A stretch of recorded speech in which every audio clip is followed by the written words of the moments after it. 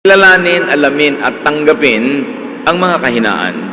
Romans 7:18, I know that my selfish desires won't let me do anything that is good. Even when I want to do right, I cannot. Yan ang sinasabi ni Pablo, kahit gusto kong gawin ang tama, hindi ko nagagawa. Kahit anong mabuting gawin ko, hindi yun ang aking laging nagagawa. Kinikilala ang kahinaan, kinikilala maging ang pagkakamali. 2 Corinthians 11:27-29, I have worked and struggled and spent many sleepless nights. I have gone hungry and thirsty and often had nothing to eat. I have been cold from not having enough clothes to keep me warm. Besides everything else, each day I am burdened down, worrying about all the churches. When others are weak, I am weak too. When others are tricked into sin, I get angry. So Paul speaks here, acknowledging his weaknesses, his shortcomings, and his very weak human nature, in spite of his great calling and great office. Strengthen your weakness with training and practice. Matapos sa ating makilala, masuri, maihayag ang ating mga kahinaan, ito'y palakasin sa mamamagitan ng pagsasanay. Pagsasanay, maging ang mga athletes, lumalakas sa pagsasanay. Ang mahina ay lumalakas at yung malakas ay lalong lumalakas kung nagsasanay. Spiritual practice. 1 Corinthians 9:7, I keep my body under control and make it my slave.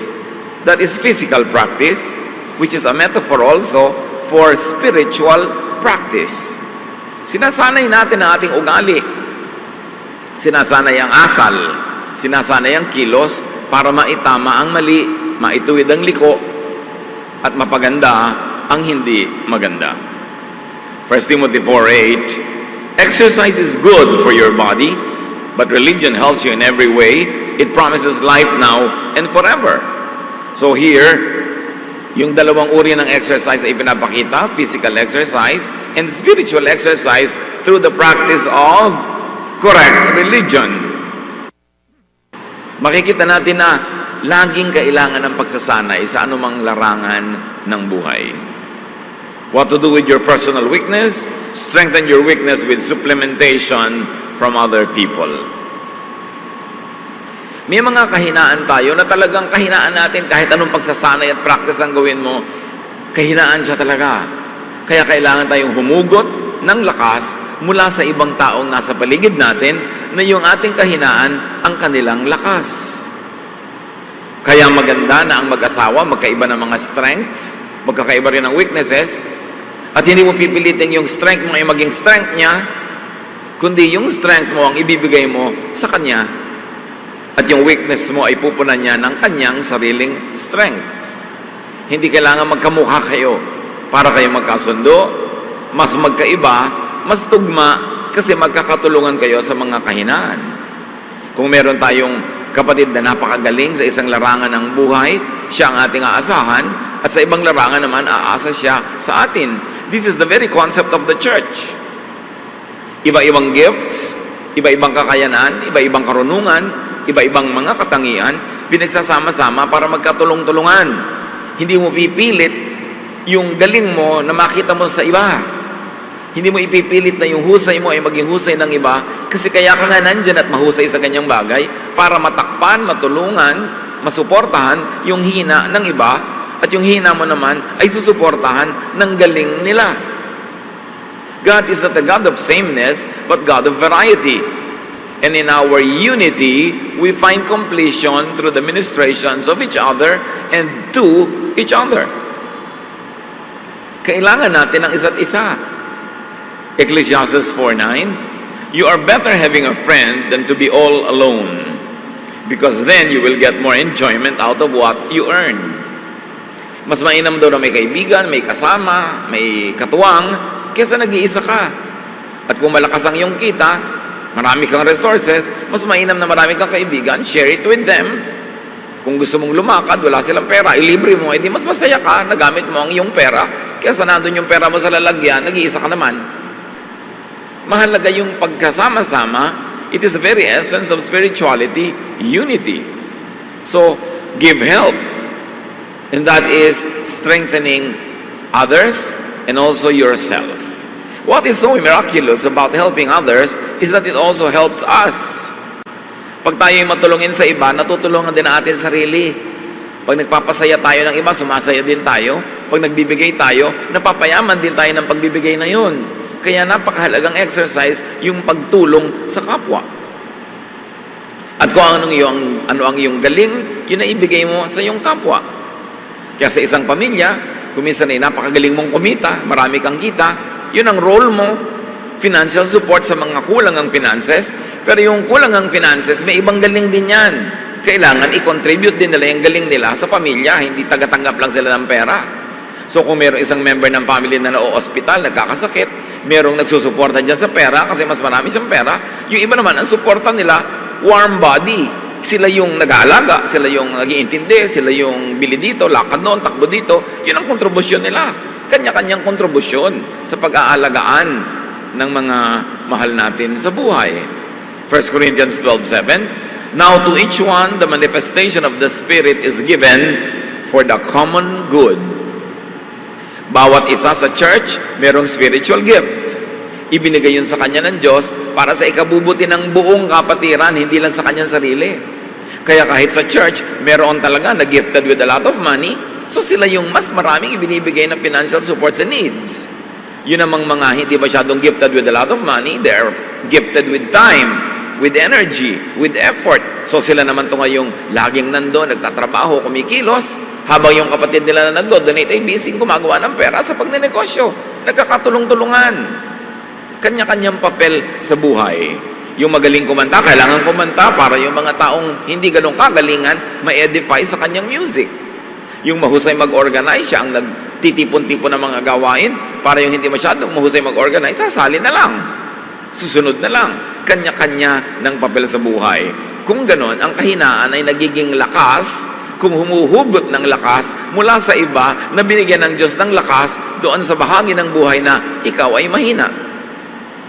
At bilang ganti, yung lakas mo naman ay ibinibigay mo sa ibang mahihina. Kaya pag nagsasama-sama sa fellowship, ang ending, lahat lumalakas. Lahat lumalago. Everybody is edified.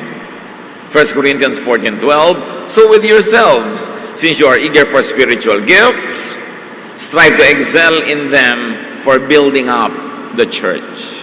Ano man ang galing mo, ano man ang husay mo, total gusto mo maging mahusay, gusto mo maging outstanding, magpakahusay-husay ka para sa ikabubuti ng kapatiran, hindi lang ng iyong sarili. Sapagkat ang tunay mong pamilya ay ang pamilya ng Diyos kung saan ang pinuno ay si Jesus mismo. So what to do with your personal weaknesses? Strengthen your weakness with supplementation from God, from Jesus, from the Father and from the Son. Philippians 4:13, Christ gives me the strength to face anything. Walang mananampalataya na mahina. Sapagkat ang tunay na pananalig ay ito. Yung hina mo, iniaasa mo kay Kristo, at ang lakas ni Kristo ay nagiging lakas mo. This is the strength to change, kung dapat mag-improve, or the strength to accept what can and shouldn't be changed. Dapat malinaw dito mga kapatid. May mga kahinaan tayo na dahil sa ating pananalig at pagsunod kay Jesus ay napalalakas. Pero may mga kahinaan tayo na dahil sa pananalig natin kay Jesus ay di na pinipilit palakasin kundi iniaasa sa pag-ibig, pagpapatawad at walang patakarang pagtanggap ni Jesus. Dapat malinaw yon. Hindi ka pumupunta kay Jesus para lang baguhin ka niya, kundi pumupunta ka kay Jesus para tanggapin niya ng walang patakaran. Yun ang tunay na pag-ibig ng Diyos. Marami kasi merong paniniwala that you join religion to be changed. Well, in practice and in history, that has been the case.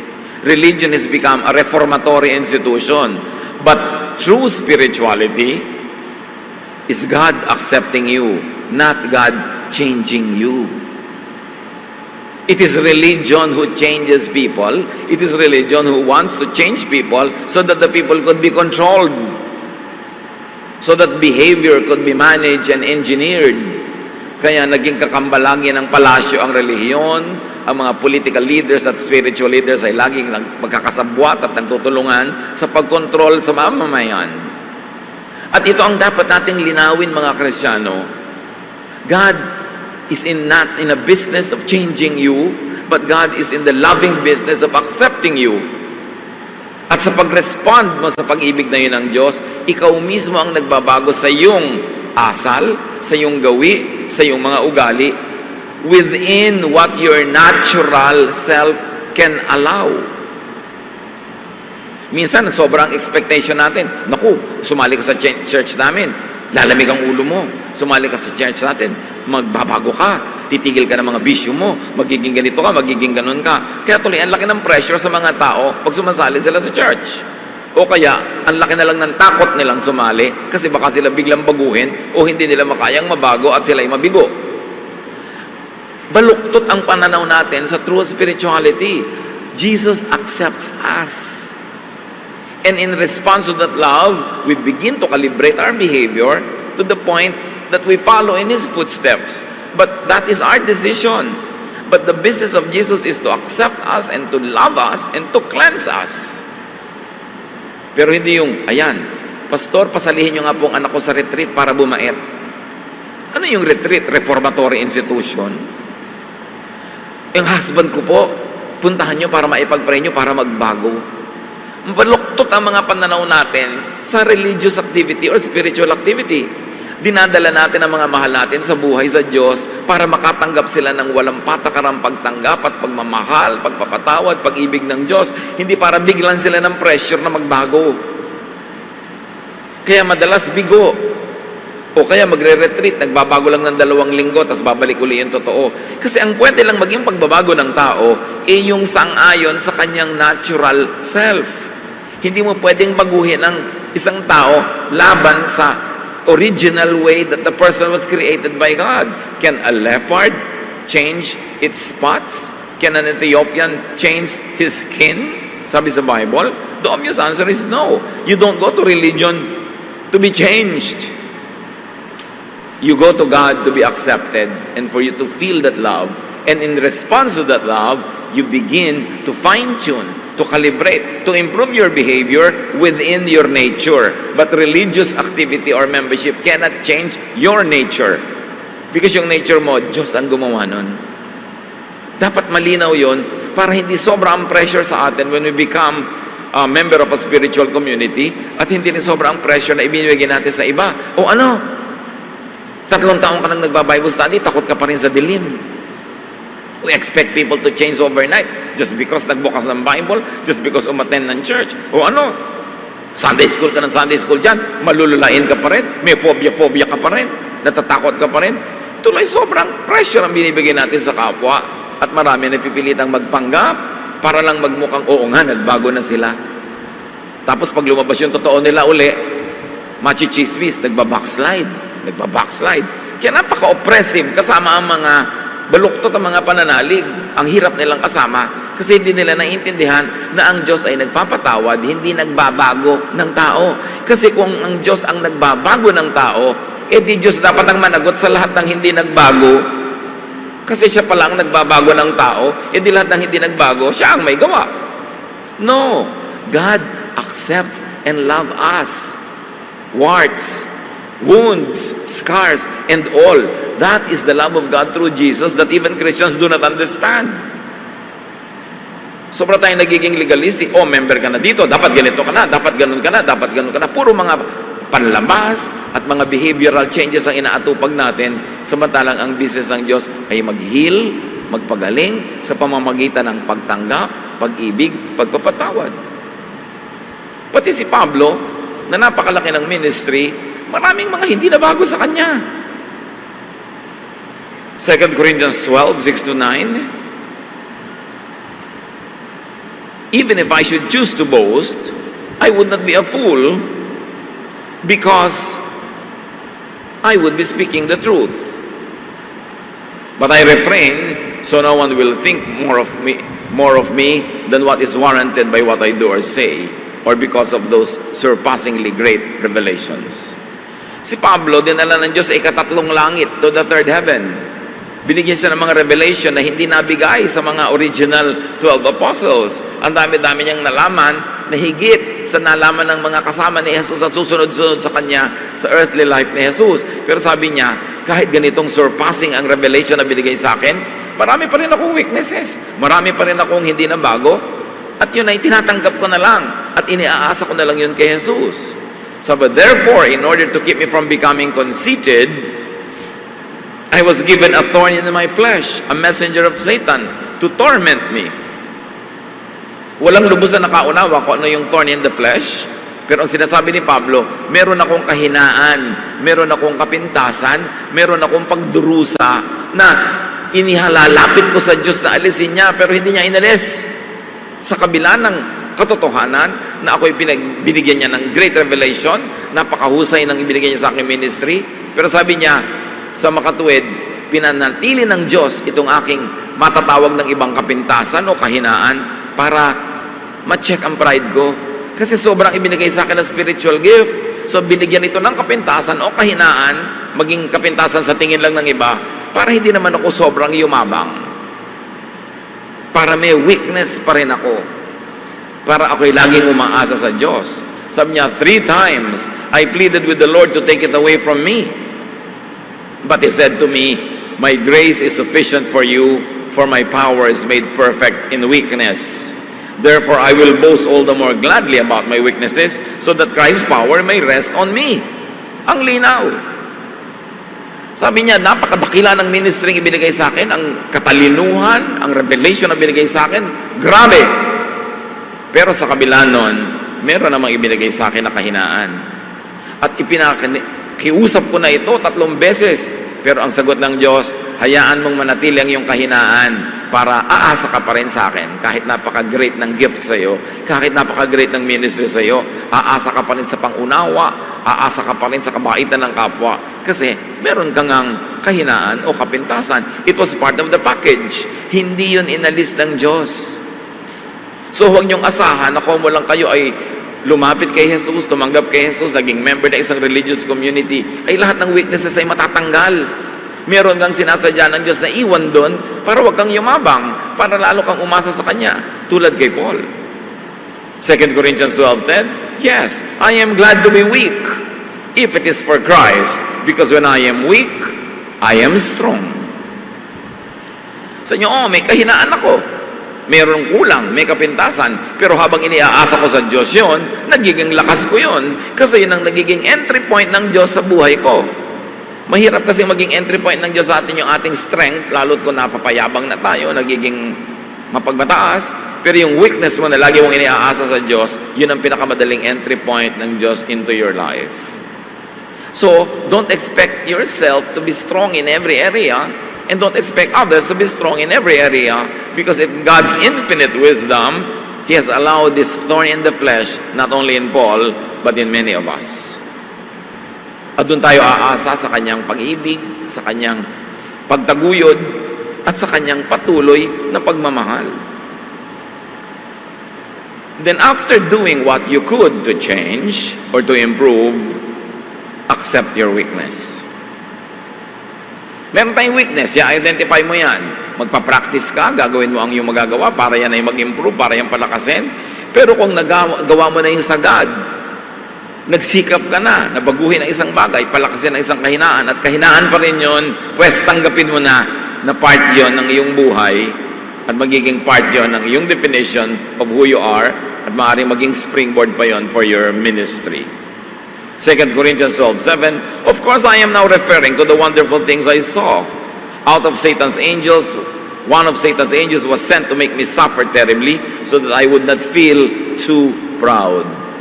Another version saying the same thing, sabi ni Pablo, naku, may kahinaan pa rin ako talaga, at yun ay tatanggapin ko na, at maaaring yan ang maging sanhi para hindi naman ako maging mayabang. So maging mga dakilang mga alagad ng Diyos, may mga thorn in the flesh, may kahinaan, at kung gusto bang alisin yun ng Diyos, hindi ba niya maalis? Pero kung nandun pa rin yun, kalooban ng Panginoon. Ito ang isa nating dapat maintindihan at matanggap, na may mga weaknesses ang tao na hindi Diyos ang mag-aalis sapagkat siya ang pumayag na nandun yun. Mahiwaga ang paraan ng pag-iisip ng Diyos at hindi natin siya dapat itulad sa ating mga tao. Na kung tayo lang ang Diyos, babaguhin natin ang lahat ng tao. Pero hindi ganun ang ginagawa ng Diyos at mas malinaw yon, mas luluwag sa ating dibdib na tanggapin ang ating mga sarili at ang ating kapwa. So accept yourself as God created you. Matapos mong sikapin na improvein ang sarili, pero kung hanggang doon at hanggang doon lang talaga ang nangyayari, accept yourself. Accept your natural self. And this is what it means to have the peace of Jesus. Habang nakikipagtunggali ka sa iyong sarili, habang nire-reject mo ang iyong sarili at ang iyong kapwa, hindi ka magkakaroon ng kapayapaan. Laging hati ang iyong loob at laging meron kang agam-agam.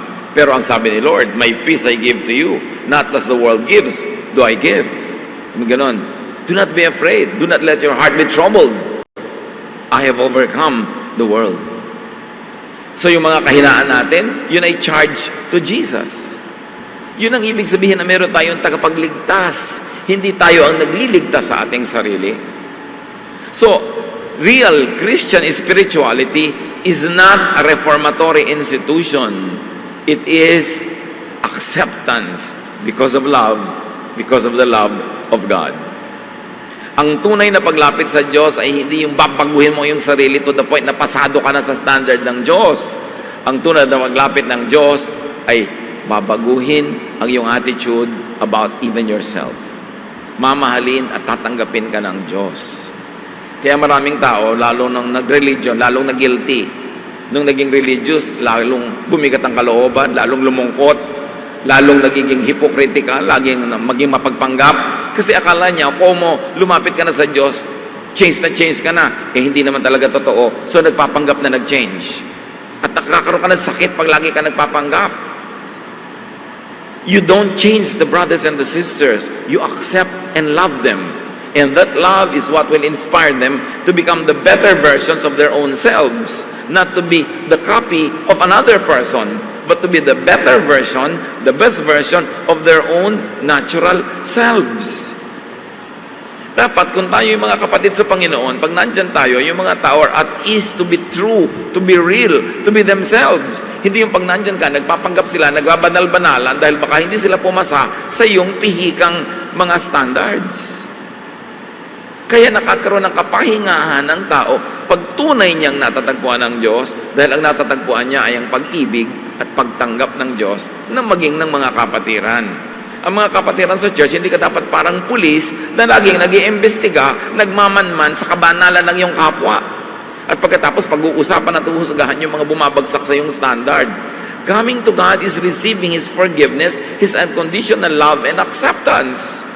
Not being forced into conforming to certain religious standards. Yun ang religion. Kaya magkaiba dapat yung organized religion sa true spirituality. Because in spirituality, you find freedom. You rest. You relax. Kaya sabi ni Jesus, come to me and I'll give you rest. Why? Because I will accept you. Because I will love you. And that is the same thing you should give to your brothers and sisters. Rest. Hindi yung binubuli-buli mo, pinipilit-pilit mo na sumunod sa mga kabanalan at guni-guni mo na mga imposibleng mangyari this side of eternity. So accept yourself as God created you, and then you will be free, and then you will find rest, and then you will have peace, and then you will be inspired to love others as well. Psalm 139:14, I praise you because of the wonderful way you created me. Everything you do is marvelous. Of this, I have no doubt.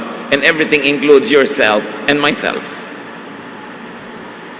Ang tunay na espiritualidad, hindi mo pinipilit baguhin ang iyong kapwa, kundi natatanggap mo siya ng may pag-ibig, pangunawa, pagmamahal.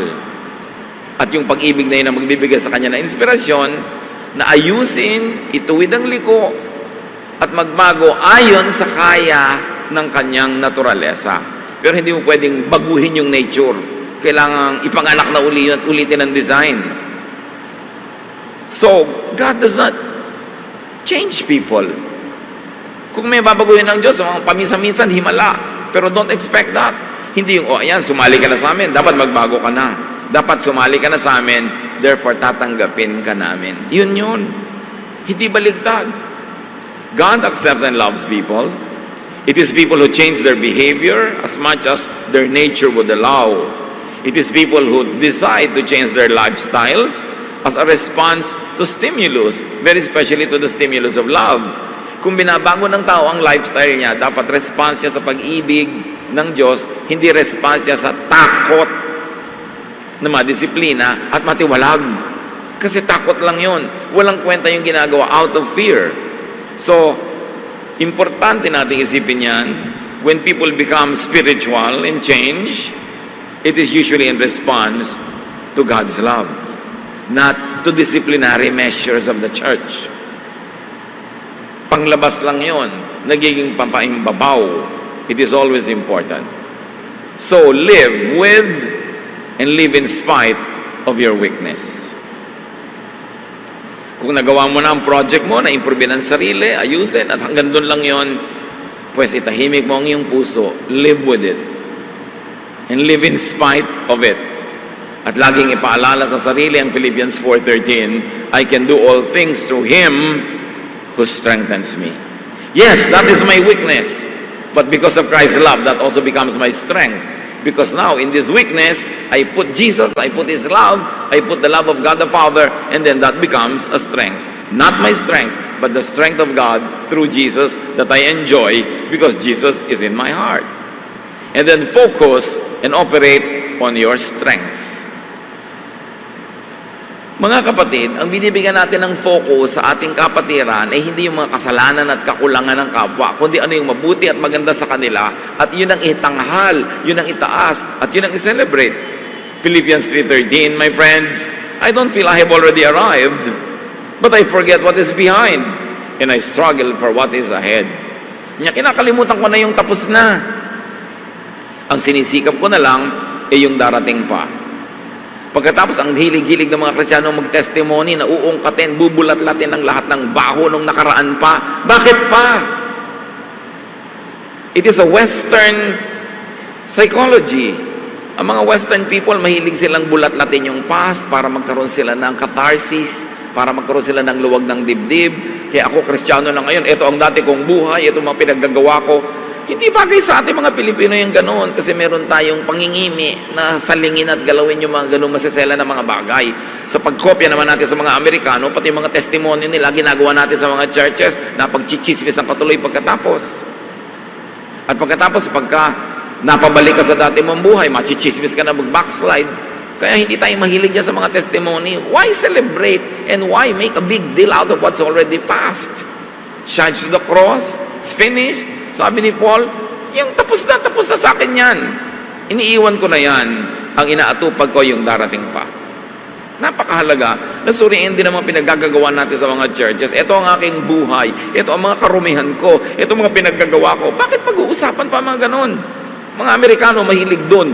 Pero hindi natin kailangan kopyahin yun. Hindi yun bagay sa kultura ng mga taga-asilangan. Sensitive kasi tayo sa ganun mga bagay. Ephesians 4:28-29, sabi niya, total, nasa Panginoon ka na. If you're a thief, quit stealing. Be honest and work hard so you will have something to give to people in need. Stop all your dirty talk. Say the right thing at the right time and help others by what you say. So ang mga pagbabago dito, behavioral, yung actual things that people do, pero hindi binabago yung kaloob-looban ng kaibuturan ng iyong puso. Kung talagang mahilig ka na kumain ng ganito, hindi kailangang baguhin yon. Kung talagang ikaw ay artistic, hindi kailangan tanggalin yon. Kung hindi ka artistic, hindi kailangang palitan yon. Yung basic nature mo, hindi yun binabago. Ang binabago lang natin yung outward behavior, especially that which affects people in a negative way. So sabi, kung dati ka magnanakaw, tumigil ka na magnakaw. Baliktarin mo yun, magtrabaho kang mabuti, sumobra ang kita mo, tumulong ka sa mga nangangailangan. Dati kang gumagawa ng mga mali, itama mo na para imbes na nasasaktan mo ang kapwa ay natutulungan mo sila. Pero yung ikaw bilang isang tao, yung kaibuturan na yung kalooban, hindi binabago kasi Diyos ang nagbigay nun.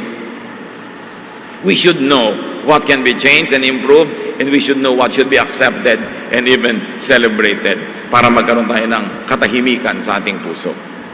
Accept others as God created them. So you don't accept only yourself, but others as well.